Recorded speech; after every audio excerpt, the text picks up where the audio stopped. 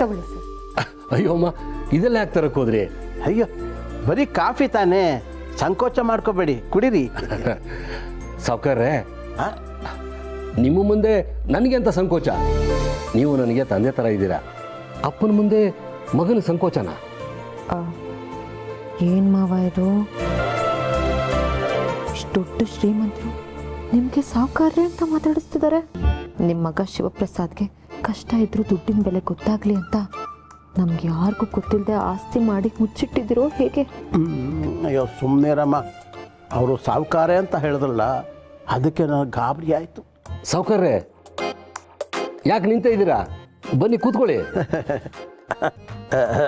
ಅಲ್ಲ, ನನ್ನನ್ನು ಸಾವುಕಾರ ಅಂತೀರಾ? ನೀವು ಕುಬೇರನ ಪುತ್ರರು. ಸಾವ್ಕಾರ್ರೆ, ನಿಮ್ಮ ಮುಂದೆ ನಾನೆಂಥ ಕುಬೇರ? ಏನೋ ಒಂದು 4 ಫಾರ್ಮಸಿ ಇಂಡಸ್ಟ್ರಿ, ಒಂದು 10 ಶುಗರ್ ಫ್ಯಾಕ್ಟ್ರಿ, ಒಂದು 8 5 ಸ್ಟಾರ್ ಹೋಟೆಲ್ಲು, ಅದು ಬಿಟ್ಟರೆ 1000 ಕೋಟಿ ಟರ್ನ್ ಓವರ್ ತರೋ 1-2 ಕನ್ಸ್ಟ್ರಕ್ಷನ್ ಕಂಪ್ನಿ ಅಷ್ಟೇ. ನಿಮ್ಮ ಅನುಭವದ ಮುಂದೆ ನನ್ನ ಹಣ ಎಲ್ಲ ಝೀರೋ ಸಾವ್ಕಾರ್ರೆ. ಸರ್, ಕುತೂಹಲಕ್ಕೆ ಅಂತ ಕೇಳ್ತಿದ್ದೀನಿ, ನೀವು ಅಷ್ಟೊಂದು ದುಡಿತೀರಲ್ಲ, ದುಡ್ಡೆಲ್ಲ ಎಲ್ಲಿಡ್ತೀರಾ? ಅಮ್ಮ, ಎಷ್ಟು ಕೋಟಿ ದುಡಿದ್ರೇನು? ತಿನ್ನೋದು ಒಂದು ತುತ್ತು ಅನ್ನ, ಕುಡಿಯೋದು ಒಂದು ಗುಟುಕು ನೀರು, ಮಿಕ್ಕಿದ್ದೆಲ್ಲ ಆ ಭಗವಂತ ಕೊಟ್ಟಿದ್ದು. ಭಗವಂತ ಕೊಟ್ಟಿದ್ದನ್ನ ಎಲ್ಲಿಟ್ರೇನು? ಎಲ್ಲ ಅವಂದೇ ತಾನೇ. ಆಹಾ ಆಹಾ, ಎಂಥ ಮಾತು ಹೇಳಿದ್ರಿ. ಇನ್ನೊಂದು ಡೌಟ್ ಕೇಳ್ಬೋದಾ? ಅದೇನು ಅಂತ ಕೇಳಿ ಅಮ್ಮ. ನಾವು ಲಕ್ಷ್ಮೀ ಪೂಜೆ ಮಾಡ್ತೀವಿ, ಆದರೆ ನಮ್ಮಂಥವ್ರಿಗೆ ಲಕ್ಷ್ಮಿ ಯಾಕೆ ಒಲಿಯಲ್ಲ? ಅಮ್ಮ, ನನ್ನ ಅನುಭವದ ಒಂದು ಮಾತಿನ ಹೇಳ್ತೀನಿ ಕೇಳಿ. ನಮ್ಮ ತಾತ ಹೇಳ್ತಾ ಇದ್ರು, ಲಕ್ಷ್ಮಿ ಯಾವಾಗ ಒಲಿತಾಳೆ ಅಂದರೆ ನೀವು ಹಣನ ಖರ್ಚು ಮಾಡ್ತಾ ಇರಬೇಕು, ಆಗ ಆ ಹಣಕ್ಕೆ ಬೆಲೆ ಇದೆ ಅಂತ ಲಕ್ಷ್ಮಿ ನಿಮ್ಮ ಹಿಂದಿಂದೆ ಓಡಾಡ್ತಾಳೆ. ಆದರೆ ನೀವೇನು ಮಾಡ್ತೀರಾ? 10 ರೂಪಾಯಿ ಸಿಕ್ಕರು ಸಾಕು, ಅದನ್ನು ಉಳಿಸ್ತೀರಾ, ಖರ್ಚು ಮಾಡಬಾರ್ದು ಅಂತ ಅದನ್ನು ಎತ್ತಿಡ್ತೀರಾ. ಆಗ ಆ ಹಣಕ್ಕೆ ಬೆಲೆ ಇಲ್ಲ, ಇವ್ರ ಹತ್ರ ಹೋದ್ರೆ ಸಾರ್ಥಕತೆ ಇಲ್ಲ ಅಂತ ಲಕ್ಷ್ಮಿ ನಿಮ್ಮಿಂದ ದೂರ ಆಗ್ತಾಳೆ. ಆದರೆ ನಾವೇನು ಮಾಡ್ತೀವಿ? 100 ರೂಪಾಯಿ ಸಿಕ್ಕರು ಸಾಕು, ಅದನ್ನು ಬೇರೆ ಕಡೆ ಇನ್ವೆಸ್ಟ್ ಮಾಡ್ತೀವಿ, ಆಗ ಲಾಭ ಬರುತ್ತೆ, ದುಡ್ಡಿನ್ನೂ ಹೆಚ್ಚಾಗುತ್ತೆ. ಅಯ್ಯೋ, ನಮ್ಮ ಹಳೆ ಗ್ರಾಚಾರಕ್ಕೆ ನಾವು ಖರ್ಚು ಮಾಡಬೇಕು ಅಂದ್ರೂ ನಮ್ಮ ಕೈಲಿ ಆಗಲ್ಲ, ಯಾಕೆಂದರೆ ನಮ್ಮ ಹತ್ರ ದುಡ್ಡಿಲ್ಲ. ಇದೆಲ್ಲ ನಿಮ್ಮಂಥ ಶ್ರೀಮಂತರಿಗೆ ಸರಿ. ಎಲ್ಲ ತಮ್ಮಂಥವ್ರ ಆಶೀರ್ವಾದ ಸಾವ್ಕಾರ್ರೆ. ಅಂದಾಗೆ ಎಲ್ಲಿ ನಿಮ್ಮ ಮಗ ಬರಲೇ ಇಲ್ವಲ್ಲ? ಆಫೀಸ್ಗೆ ಹೋದಾಗ್ಲಿಂದ ಫೋನ್ ಮಾಡ್ತಿದ್ದೀವಿ, ಫೋನ್ ಎತ್ತಾ ಇಲ್ಲ. ಇನ್ನೇನು ಬರ್ಬೋದು ರೀ? ಹಾಂ, ಬಂದ್ರಾ? ಸದ್ಯ ಏನೇ ನೀನು ಒಂದು ಫೋನ್ ಮಾಡಿದ್ರೆ ರಿಸೀವ್ ಮಾಡೋಕ್ಕಾಗಲ್ವಾ? ನಾವೆಲ್ಲ ಎಷ್ಟು ಗಾಬರಿ ಆಗಿದ್ವಿ ಗೊತ್ತಾ? ಅಯ್ಯೋ, ಏನೋ ಟೆನ್ಷನ್ ಇತ್ತಪ್ಪ, ಆಗಲಿಲ್ಲ, ಆಮೇಲೆ ಹೇಳ್ತೀನಿ. ಸಾರ್ ಯಾರು ಅಂತ ಗೊತ್ತಾಗಲಿಲ್ಲ. ಅದನ್ನು ನಾನು ಹೇಳ್ತೀನಿ ಶಿವು ಸರ್. ಆಕ್ಸಿಡೆಂಟ್ ಆದ ಒಬ್ಬ ವ್ಯಕ್ತಿನ ನೀವು ಹಾಸ್ಪಿಟ್ಲಿಗೆ ಅಡ್ಮಿಟ್ ಮಾಡಿದ್ದೀರಲ್ವಾ? ಆಕ್ಸಿಡೆಂಟ್ ಮಾಡಿದ್ದು ನನ್ನ ಮಗನೇ.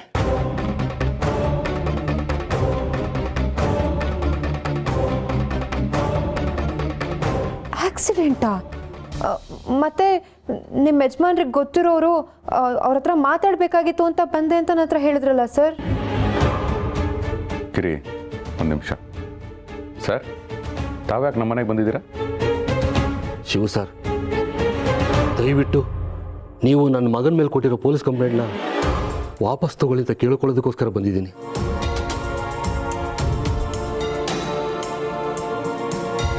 ಸರ್, ಬೇಜಾರು ಮಾಡ್ಕೋಬೇಡಿ, ಮೊದಲು ಆಚೆ ಹೋಗಿ. ಶಿವು, ಮನೆಗೆ ಬಂದವ್ರಿಗೆ ಹಾಗಲ್ಲ ಅನ್ಬಾರ್ದಪ್ಪ. ಅಪ್ಪ, ನಿನಗೆ ಗೊತ್ತಿಲ್ಲ, ಸುಮ್ಮನೆ ಇರು. ನೋಡಿ ಸರ್, ಪ್ರೀತಿ ವಿಶ್ವಾಸ ಅಂತ ನಮ್ಮ ಮನೆಗೆ ಬನ್ನಿ, ಒಂದು 2-3 ದಿವಸ ನಮ್ಮ ಮನೇಲಿ ಇರಿ, ನಮಗೇನೂ ಬೇಜಾರಿಲ್ಲ. ಆದರೆ ನಮ್ಮ ಮನೇಲಿ ಅನ್ಯಾಯಕ್ಕೆ ಜಾಗ ಇಲ್ಲ, ದಯವಿಟ್ಟು ಹೊರಡಿ. ಶಿವು ಸರ್, ನಿಮ್ಮ ಮಗನಿಗೂ ಇದೇ ಪರಿಸ್ಥಿತಿ ಬಂದಿದ್ರೆ ಆಗ ನೀವೇನು ಮಾಡ್ತಿದ್ರಿ? ನನ್ನ ಮಗನಿಗೆ ಸರ್, ನನ್ನ ಮಗನಿಗೆ ತಾಯಿ ಎದೆ ಹಾಲಿನ ಜೊತೆ ಅಪ್ಪನ ಪ್ರಾಮಾಣಿಕತೆ, ತಾತನ ನ್ಯಾಯ ನೀತಿ, ಭಗವಂತನ ಧರ್ಮ 3ಅನ್ನೂ ಸೇರಿಸಿ ಕೊಟ್ಟಿದ್ದೀವಿ. ಅವನು ಯಾವುದೇ ಕಾರಣಕ್ಕೂ ತಪ್ಪು ಮಾಡೋಕ್ಕೆ ಚಾನ್ಸೇ ಇಲ್ಲ. ಹಾಗೊಂದು ವೇಳೆ ತಪ್ಪು ಮಾಡಿದ್ರೂ ಶಿಕ್ಷೆ ಅನುಭವಿಸ್ತಾನೆ ಹೊರತು ಅಧರ್ಮದ ದಾರಿ ತುಳಿಯೋದಿಲ್ಲ.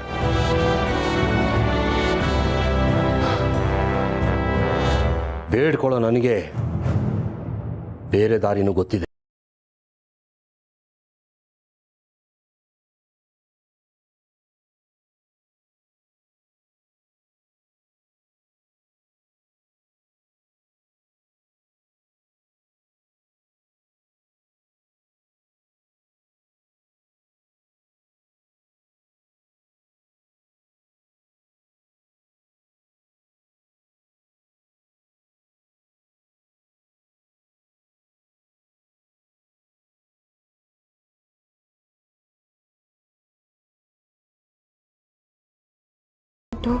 ಆಸ್ಪತ್ರೆ ಏನ್ ಮಾವ ಇದೆಲ್ಲ? ಅದೇ ನನಗೆ ಗೊತ್ತಾಗ್ತಾ ಇಲ್ಲ. ದೇವ್ರೇ.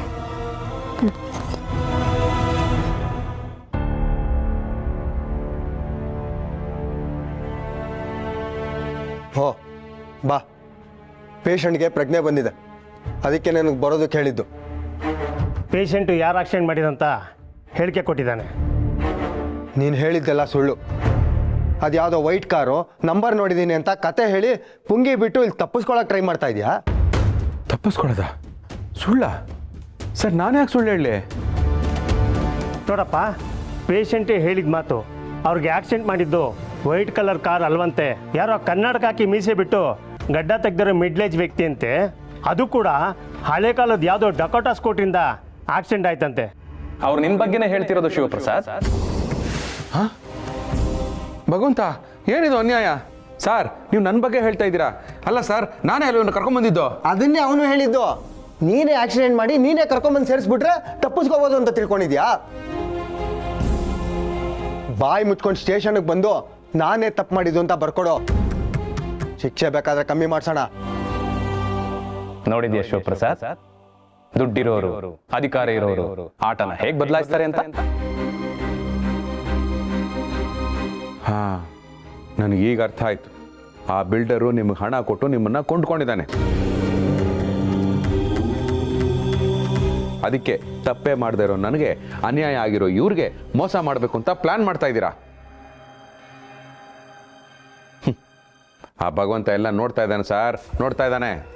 ಡ್ಯೂಟಿ ಮಾಡ್ತಾ ಇರೋ ಆಫೀಸರ್ ಹತ್ರ ಬಂದು ಸೇವೆ ಮಾಡ್ತಾ ಇರೋ ಡಾಕ್ಟರ್ ಮುಂದೆ ನಿಂತ್ಕೊಂಡು ಫಾಲ್ಸ್ ಅಲಿಗೇಷನ್ ಮಾಡ್ತಾ ಇದೆಯಾ ದುಡ್ಡು ತೊಗೊಂಡಿದ್ದೀವಿ ಅಂತ?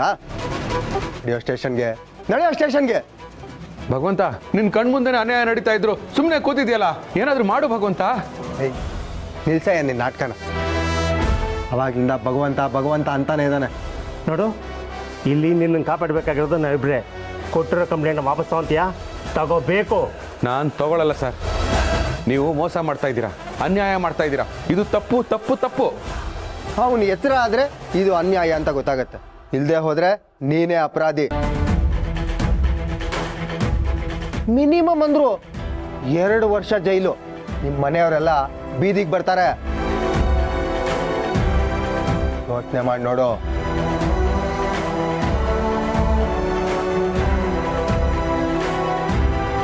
ಕೈಲಾಗ್ದವನ ಕೊನೆಯ ಅಸ್ತ್ರನೇ ಬೆದರಿಕೆ ಶಿವಪ್ರಸಾದ್. ಒಬ್ಬ ನೀಚ ವ್ಯಕ್ತಿ ಎದುರಿಗಿರೋ ಉತ್ತಮ ವ್ಯಕ್ತಿಗೆ ಬೆದರಿಕೆ ಹಾಕ್ತಿದ್ದಾನೆ ಅಂದ್ರೆ ಹೆದರೋ ಬದಲು ಖುಷಿ ಪಡು. ಯಾಕಂದ್ರೆ ಆ ವ್ಯಕ್ತಿ ಈಗಾಗಲೇ ನಿನ್ನ ಆತ್ಮಸ್ಥೈರ್ಯಕ್ಕೆ ಹೆದರಿ ನಿನ್ನ ಬಲಹೀನತೆಯಿಂದ ಆದ್ರೂ ನಿನ್ನನ್ನು ಬಗ್ಗಿಸ್ಬೋದು ಅನ್ನೋ ಪ್ರಯತ್ನಕ್ಕೆ ಕೈ ಹಾಕಿದ್ದಾನೆ. ನೀನ್ ಬಿಟ್ಕೊಡ್ಬೇಡ, ಧೈರ್ಯವಾಗಿ ಧರ್ಮದಿಂದ ಬದುಕಿದ್ರೆ ಅದೇ ನಿನ್ನನ್ನು ಕಾಪಾಡುತ್ತೆ. ಅಯ್ಯೋ, ನೆಮ್ಮದಿಯಾಗಿದ್ದೆ. ಯಾಕಾದ್ರೂ ಈ ಜಾಲದಲ್ಲಿ ಸಿಕ್ಕಾಕೊಂಡು ಈ ಮಾನವೀಯತೆ, ಸಮಾಜ ಸೇವೆ ಇದೆಲ್ಲ ನನಗೆ ಬೇಕಿತ್ತಾ? ನ್ಯಾಯಕ್ಕಾಗಿ ಬದುಕುವಂತವ್ರು ಎಲ್ಲರ ಬಾಳು ಒಂದಲ್ಲ ಒಂದು ಹಂತದಲ್ಲಿ ಇದೇ ರೀತಿ ಇರುತ್ತೆ ಶಿವಪ್ರಸಾದ್. ಇದನ್ನ ದಾಟದ ಮೇಲೇನೆ ಗೆಲುವು. ಯೋಚನೆ ಮಾಡು. ಹೇಯ್, ಏನೋ ಯೋಚನೆ ಮಾಡ್ತಾ ಇದೀಯಾ? ಆ ಬಿಲ್ಡರ್ ಬಗ್ಗೆ ಗೊತ್ತಾ ನಿನಗೆ? ಅವ್ನು ಏನು ಬೇಕಾದರೂ ಮಾಡ್ಬೋದು. ಅವ್ನು ಏನು ಕೊಡ್ತಾನೋ ತಗೊಂಡು ಕಂಪ್ಲೇಂಟ್ನ ವಾಪಸ್ ತಗೋ. ಇನ್ಸ್ಪೆಕ್ಟ್ರಾಗಿ ನಾನು ಹೇಳ್ತಾ ಇದ್ದೀನಿ, ಅರ್ಥ ಆಗೋದಿಲ್ವಾ ನಿನಗೆ? ನೋಡಿ ಸರ್, ನಾನು ಸತ್ಯ ಬಿಟ್ಟು ಬದುಕೋದಿಲ್ಲ. ನಾನು ಬೀದಿಗೆ ಬಂದರೂ ಪರವಾಗಿಲ್ಲ, ಕಂಪ್ಲೇಂಟ್ ವಾಪಸ್ ತಗೊಳ್ಳಲ್ಲ. ಹೌದಾ? ಇನ್ನು ಮುಂದೆ ಇದೆ ಕಣ ನನಗೆ ಮಾರಿ ಹಬ್ಬ. ನಿನ್ನ ಹತ್ರ ಹೆಂಗ್ ಸೈನ್ ಹಾಕ್ಸ್ಕೋಬೇಕು ಅಂತ ನನಗೆ ಚೆನ್ನಾಗಿ ಗೊತ್ತು. ನಡಿಯೋ ನಡಿಯೋ. ಸರ್, ಆಕ್ಸಿಡೆಂಟ್ ಮಾಡಿದ್ದು ಅವರಲ್ಲ ಸರ್. ಕೇಳಿಸ್ಕೊಂಡ್ರ ಸರ್? ಕೇಳಿಸ್ಕೊಂಡ್ರ? ಪೇಷಂಟೇ ಹೇಳ್ತಾ ಇದಾರೆ ಅನ್ಯಾಯವಾಗಿ ನೀವು ನನ್ನ ಮೇಲೆ ಆರೋಪ ಮಾಡ್ತಾ ಇದ್ದೀರಾ. ಕೇಳಿಸ್ಕೊಳ್ಳಿ. ವೈಟ್ ಕಲರ್ ಗಾಡಿ, ಸುಮಾರು 20 ವರ್ಷದ ಹುಡುಗ ಸರ್ ಅವನು. ನನಗೆ ಆಕ್ಸಿಡೆಂಟ್ ಮಾಡಿ ನಾನು ಸತ್ನ ಬದುಕಿದ್ನಂತ ನೋಡಿದೆ, ಹಾಗೆ ಹೊಂಟೋದ್ನ ಸರ್. ಆ ಟೈಮಲ್ಲಿ ಇವ್ರು ಬಂದು ನನ್ನ ಕಾಪಾಡಿದ್ರು ಸರ್. ಇದರಲ್ಲಿ ಇವ್ರದ್ದೇನು ತಪ್ಪಿಲ್ಲ ಸರ್. ಸರ್, ಇವರೆಲ್ಲ ನ್ಯಾಯನ ತುಳಿತಾ ಇದ್ದಾರೆ ಸರ್. ನನ್ನ ಪಾಲಿನ ದೇವರು ಸರ್ ನೀವು. ನಾನು ಬಡವ ಸರ್, ನನಗೆ ಅನ್ಯಾಯ ಆಗದೆ ಇರಂಗೆ ನೋಡ್ಕೊಳ್ಳಿ ಸರ್. ಲೈ ಬಾಯಿ ಮುಚ್ಕೊಂಡು ಮಲ್ಕೊಳ. ಈ ಕೇಸಲ್ಲಿ ಬಚಾವಾದೆ ಅಂತ ತಿಳ್ಕೊಂಬೇಡ. ಆ ಬಿಲ್ಡರ್ ಬಗ್ಗೆ ನಿನ್ಗೇನೋ ಗೊತ್ತು? ನಿಮ್ಮ ಮನೇನ ಧೂಳು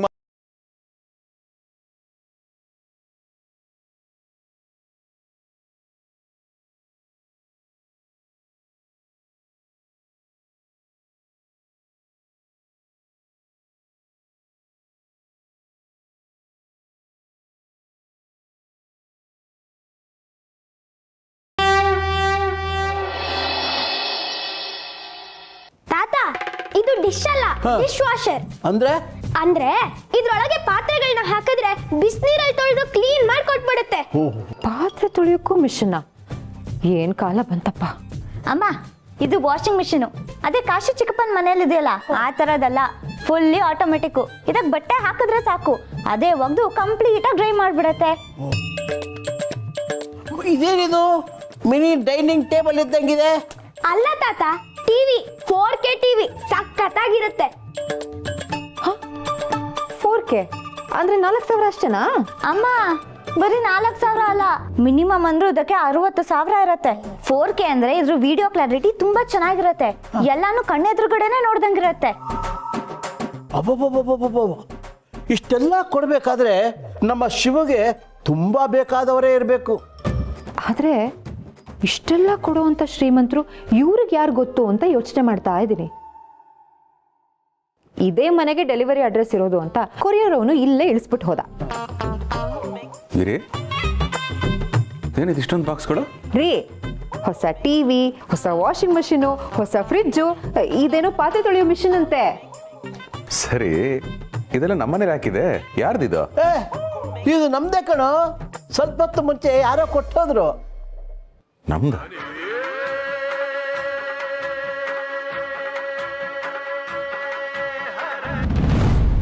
ಹಲೋ, ಹೇಗಿದೆ ಶಿವಪ್ರಸಾದ್ ಗಿಫ್ಟು? ಇಷ್ಟ ಆಗಿರ್ಬೇಕಲ್ಲ? ಓ, ನೀವಾ ಸರ್? ಇಷ್ಟೊಂದು ಕಾಸ್ಟ್ಲಿ ಐಟಮ್ಸು ನಮ್ಮನೇಲಿ ನೋಡಿದ ತಕ್ಷಣ ನನಗೆ ಡೌಟ್ ಬಂತು ನೀವೇ ಇರ್ಬೋದೇನೋ ಅಂತ. ಈಗ ಕನ್ಫರ್ಮ್ ಆಯ್ತು. ಇಂಥ ಆಸೆ ಆಮಿಷಗಳಿಗೆಲ್ಲ ನಾನು ಬಗ್ಗದಿಲ್ಲ ಸರ್.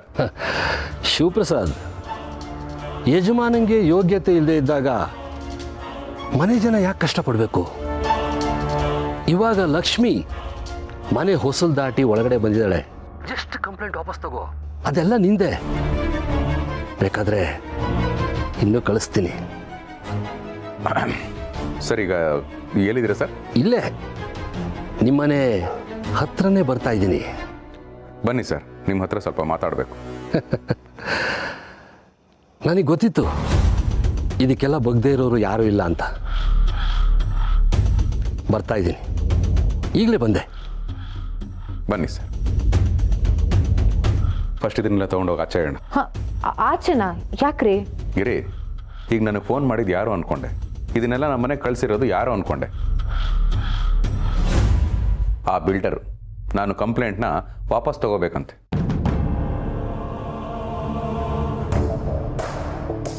ಪಾಪ, ಅಲ್ಲೊಬ್ಬ ಅಮಾಯಕ ಮೈ ತುಂಬ ಪೆಟ್ಟು ಮಾಡಿಕೊಂಡು ಹಾಸ್ಪಿಟ್ಲಲ್ಲಿದ್ದಾನೆ. ಅವನಿಗೆ ಅನ್ಯಾಯ ಮಾಡಿ ನಾವಿದನ್ನೆಲ್ಲ ತಗೊಂಡ್ರೆ ನಾವು ತಿನ್ನೋ ಅನ್ನ ಮಣ್ಣಾಗ್ತದೆ. ನನ್ನ ಪ್ರಾಮಾಣಿಕತೆನ ಕೊಂಡ್ಕೊಳಕ್ಕೆ ನೋಡ್ತಿದ್ದಾನೆ. ಮಾಡ್ಕೊಂಡ್ಬಿಡ್ಲಾ?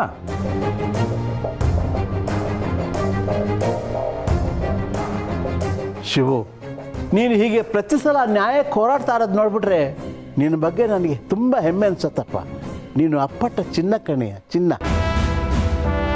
ಎಲ್ಲ ನೀನು ಹೇಳ್ಕೊಟ್ಟಿದ್ದೆ ಅಲ್ವೇನಪ್ಪ. ಸರಿ, ಬನ್ನಿ ಇದನ್ನ ಆಚೆ ಹೇಳೋಣ.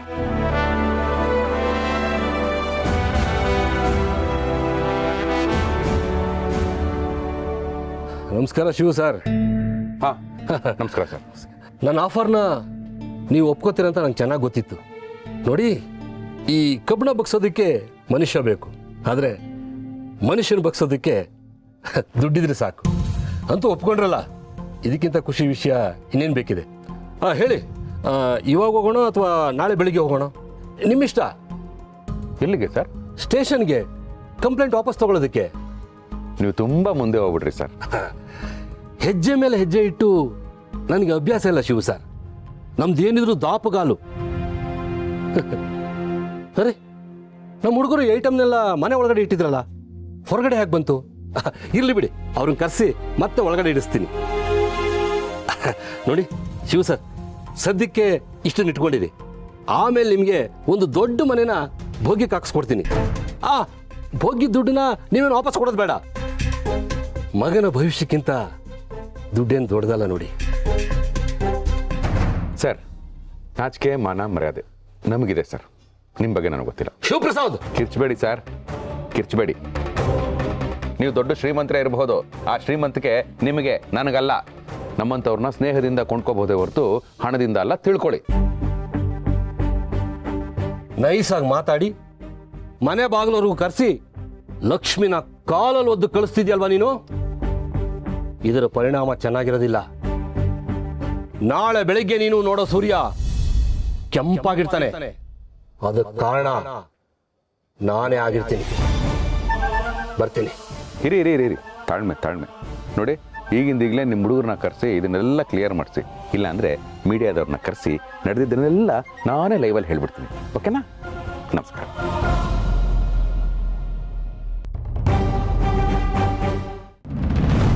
ಶಿವಪ್ರಸಾದ್,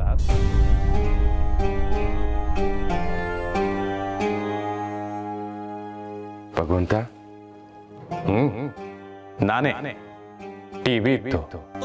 ನಿನ್ನ ಹೆಂಡತಿ, ಮಕ್ಕಳು, ತಂದೆ ಮನೋರಂಜನೆಗಾಗಿ ಹಳೆ ಕಾಲದ ಟಿವಿನೇ ನೋಡ್ತಾ ಇದ್ರು. ಅದರಿಂದ ಮುಕ್ತಿ ಸಿಕ್ತಿತ್ತು. ವಾಷಿಂಗ್ ಮಿಷನ್ ಇತ್ತು. ನಿನ್ನ ಹೆಂಡತಿ ಯಾವಾಗಲೂ ಕೈಯಲ್ಲೇ ಬಟ್ಟೆ ಒಗಿತಾ ಇದ್ಲು. ಅವಳ ಕೈ ನೋವು ಬರ್ತಾ ಇತ್ತು, ಅದರಿಂದನೂ ಮುಕ್ತಿ ಸಿಗ್ತಾ ಇತ್ತು. ಐಷಾರಾಮಿ ಮನೆಯಲ್ಲಿರುವಂಥ ದುಬಾರಿ ವಸ್ತುಗಳೆಲ್ಲವೂ ಇದ್ವು. ಅದನ್ನೆಲ್ಲ ಅಷ್ಟು ಸುಲಭವಾಗಿ ಬೇಡ ಅಂದ್ಬಿಟ್ಟಿಯಲ್ಲ ಶಿವಪ್ರಸಾದ್. ಬೇಡ ಅಂದೆ ಇನ್ನೇನು ಮಾಡಲಿ ಭಗವಂತ? ನನ್ನನ್ನೇ ಕೊಂಡ್ಕೊಳಕ್ ನೋಡ್ತಾನೆ ಅವನು. ನಾನು ಯಾವುದೇ ಕಾರಣಕ್ಕೂ ಕಂಪ್ಲೇಂಟ್ ವಾಪಸ್ ತಗೊಳ್ಳಲ್ಲ. ಅವ್ರ ಮಗನಿಗೆ ಶಿಕ್ಷೆ ಆಗೋ ಹಾಗೆ ಮಾಡ್ತೀನಿ. ಶಿಕ್ಷೆ ಕೊಡ್ಸಕ್ ನೀನ್ ಯಾರು ಶಿವಪ್ರಸಾದ್? ನ್ಯಾಯಾಲಯನ? ನ್ಯಾಯಾಧೀಶನ ಅಲ್ವಲ್ಲ? ಭಗವಂತ, ಅನ್ಯಾಯನ ಪ್ರಶ್ನೆ ಮಾಡೋದಕ್ಕೆ, ಮೋಸ ಹೋಗ್ತಿರೋರ್ನ ಕಾಯಕ್ಕೆ, ನೊಂದವ್ರ ಕಣ್ಣೀರೋರ್ಸೋದಕ್ಕೆ ಯಾರಾದ್ರೇನು ಒಳ್ಳೆ ಮನ್ಸಿದ್ರೆ ಸಾಕಲ್ವಾ? ಆ ಮನ್ಸು ನನಗಿದೆ. ಒಟ್ನಲ್ಲಿ ಆ ಬಡವನಿಗೆ ನ್ಯಾಯ ಅನ್ನೋದು ಬೆಳಕಾಗಿ ಬರಬೇಕು. ಅದಕ್ಕೆ ಎಷ್ಟೇ ಕಷ್ಟ ಆಗಲಿ ನಾನು ಮಾಡ್ತೀನಿ. ಭಗವಂತ, ನಾನು ಈ ಆಸ್ತಿ ಅಂತಸ್ತಿಗೆಲ್ಲ ಕರಗೋನಲ್ಲ. ಚೀಲದ ತುಂಬ ದುಡ್ಡು ತಂದು ಸುರಿದ್ರೂ ಅದ್ರ ಬಗ್ಗೆ ನನಗೆ ಯಾವ ವ್ಯಾಮೋಹನೂ ಇಲ್ಲ, ಬರೋದು ಇಲ್ಲ. ಇದೇ ಮಾತನ್ನ ನಿನ್ನ ಬಾಯಿಂದ ಕೇಳಬೇಕು ಅಂತ ನಾನು ಆಸೆ ಪಟ್ಟೆ ಶಿವಪ್ರಸಾದ್. ನೀನು ನನ್ನ ಆಸೆನ ಈಡೇರಿಸ್ದೆ. ಭಗವಂತ, ಭಕ್ತರ ಆಸೆನ ದೇವ್ರು ಈಡೇರಿಸ್ಬೇಕು. ನೀನೇನು ಭಗವಂತ ದೇವ್ರ ಆಸೆನ ಭಕ್ತ ಈಡೇರಿಸ್ತಾ ಅಂತ ಹೇಳ್ತಾ ಇದೆಯಾ? ನನಗೂ ಆಸೆ ಇದೆ.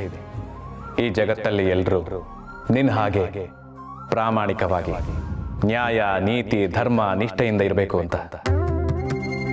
ನೀವೆಲ್ಲರೂ ನನ್ನ ಆಸೆನ ಈಡೇರಿಸ್ತೀರಾ? ಖಂಡಿತ ಈಡೇರಿಸ್ತಾರೆ ಭಗವಂತ. ನೀನೇ ಹೇಳ್ತಿರ್ತೀಯಲ್ಲ, ಪ್ರತಿಯೊಂದು ಮನೆಯಲ್ಲೂ ಒಬ್ಬೊಬ್ಬ ಶಿವಪ್ರಸಾದ್ ಇದ್ದಾನೆ ಅಂತ. ಹಾಗಿದ್ಮೇಲೆ ನೀನು ಆಸೆ ಈಡೇರ್ತು ಅಂತಲೇ ಇಟ್ಕೋ. ಒಟ್ಟಿನಲ್ಲಿ ಹೋರಾಟದಲ್ಲಿ ನೀನು ನನ್ನ ಜೊತೆ ಇದ್ರೆ ನನಗಷ್ಟೇ ಸಾಕು. ತಥಾಸ್ತು.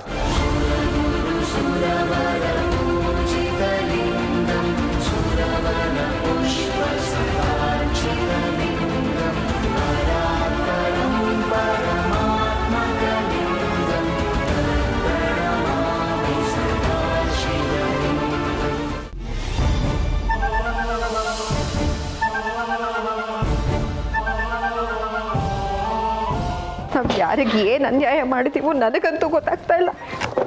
ಮನೇಲಿ ವಯಸ್ಸಿಗೆ ಬಂದಿರೋ ಮಗಳಿದ್ದಾಳು, ವಯಸ್ಸಾಗಿರೋ ನೀವಿದ್ದೀರ. ಪಾಪ ಅಷ್ಟು ಚಿಕ್ಕ ಮಗು. ನಿಮ್ಮಲ್ಲಿ ಯಾರಿಗಾದ್ರೂ ಒಬ್ರಿಗೆ ಏನಾದರೂ ಆಗಿದ್ರು ನಾನಂತೂ ಸಹಿಸ್ಕೋತಾ ಇರಲಿಲ್ಲ. ಅಮ್ಮ ಅಮ್ಮ ತುಂಬಾ ಭಯ ಆಗ್ತಿದೆ. ಅಪ್ಪಂಗೆ ಫೋನ್ ಮಾಡಮ್ಮ. ಇಷ್ಟೆಲ್ಲ ಆಗಿದ್ದು ಅವರಿಂದಾನೆ. ನಮ್ಗೆ ಯಾಕೆ ಬೇಕಿತ್ತು ಈ ಊರು ಸಾಬ್ರಿ?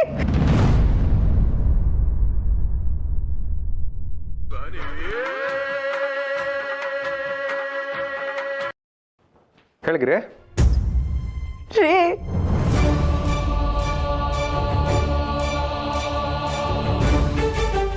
ಹೇಗಿರಿ ಯಾಕೆ ಅಳ್ತಾ ಇದೆಯಾ? ಏನಾಯ್ತು?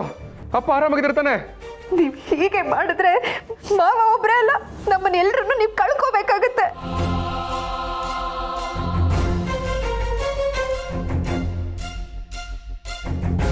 ಏನು ಹೇಳ್ತಾ ಇದೆಯಾ ಗಿರಿ? ಇನ್ನೇನ್ರಿ ಹೇಳಿ, ಯಾರೋ 4-5 ಜನ ರೌಡಿಗಳು ಮನೆಗೆ ಬಂದು ಮನೇಲಿರೋ ವಸ್ತುಗಳನ್ನೆಲ್ಲ ಚೆಲ್ಲಾಪಿಲ್ಲಿ ಮಾಡಿ ಹೋಗಿದ್ದಾರೆ. ನೋಡು, ನಿನ್ ಗಂಡಂಗೆ ಹೇಳ್ಬಿಡು, ಕಂಪ್ಲೇಂಟ್ ವಾಪಸ್ ತಗೊಳ್ಳಿಲ್ಲ ಅಂದ್ರೆ ನಿನ್ ಮಕ್ಳಿಗೂ ಇದೇ ಗತಿ ಆಗುತ್ತೆ ಅಂತ ಹೆದರಿಸಿ ಹೋಗಿದ್ದಾರೆ. ನಾನೊಬ್ಳೆ ಏನು ಅಂತ ಮಾಡ್ಲಿ? ಅಂತ ಗಿರಿ, ಯಾರಿಗೂ ಏನು ಆಗಿಲ್ಲ ತಾನೆ? ಆಗಿಲ್ಲ ಅಂದ್ರೆ ಏನು ಮಾಡ್ತೀಯಾ? ಆಗೋರ್ಗು ಕಾಯ್ತೀಯಾ? ಅಥವಾ ಎಲ್ಲ ಮುಗಿದ್ಮೇಲೂ ಇದೇ ದುರ್ಬುದ್ಧಿ ನಾನು ನೀವು ಮುಂದುವರ್ಸ್ಕೊಂಡು ಹೋಗ್ತೀನೋ ಅಯೋಗ್ಯ? ಬಡವ ನೀ ಮಡಗದಾಗಿರು ಅಂತ ದೊಡ್ಡವ್ರು ಹೇಳಿದ್ದಾರೆ.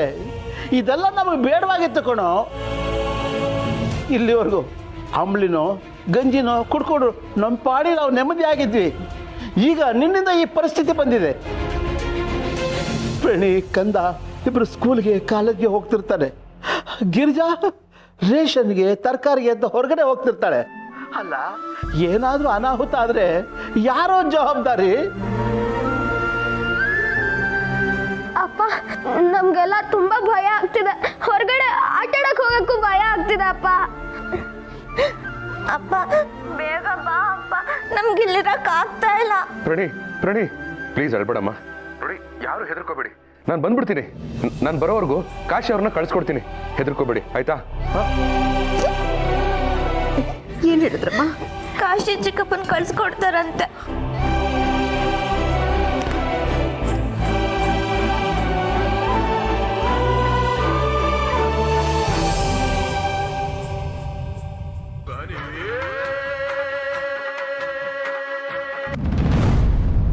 ಹಲೋ, ಮನುಷ್ಯನ್ರಿ ನೀವು? ಹಾ, ಹೆಂಗಸರ ಮೇಲೆ ಮಕ್ಕಳ ಮೇಲೆ ತೋರಿಸ್ತೀರಾ ನಿಮ್ಮ ದರ್ಪನ? ನಾನು ಮೊದಲು ಸ್ಮೂತ್ ಆಗಿ ನೀನು ಮನೆ ಬಾಗಿಲಿಗೆ ಬಂದು ಬೇಡ್ಕೊಂಡೆ, ನೀನು ಬಗ್ಲಿಲ್ಲ. ಗಿಫ್ಟ್ ಕೊಟ್ಟು ನೋಡಿದೆ, ನೀನು ತಗೊಳ್ಳೇ ಇಲ್ಲ. ಆಮೇಲೆ ಹಣ ಕೊಟ್ಟೆ, ಅದು ನೀನು ಮುಟ್ಲೇ ಇಲ್ಲ. ಇಷ್ಟೆಲ್ಲ ಪ್ರಯತ್ನ ಮಾಡಿದ್ರು ನನ್ನೇ ಬೈತಿಯಲ್ಲ ಶಿವಪ್ರಸಾದ್. ಏನು ಮಾಡಲಿ, ಒಳ್ಳೆತನಕ್ಕೆ ಬೆಲೆ ಇಲ್ಲ ಅಂತ ಗೊತ್ತಾಯ್ತು. ಅದಕ್ಕೆ ನಾನು ಕೆಟ್ಟವನಾಗಬೇಕು.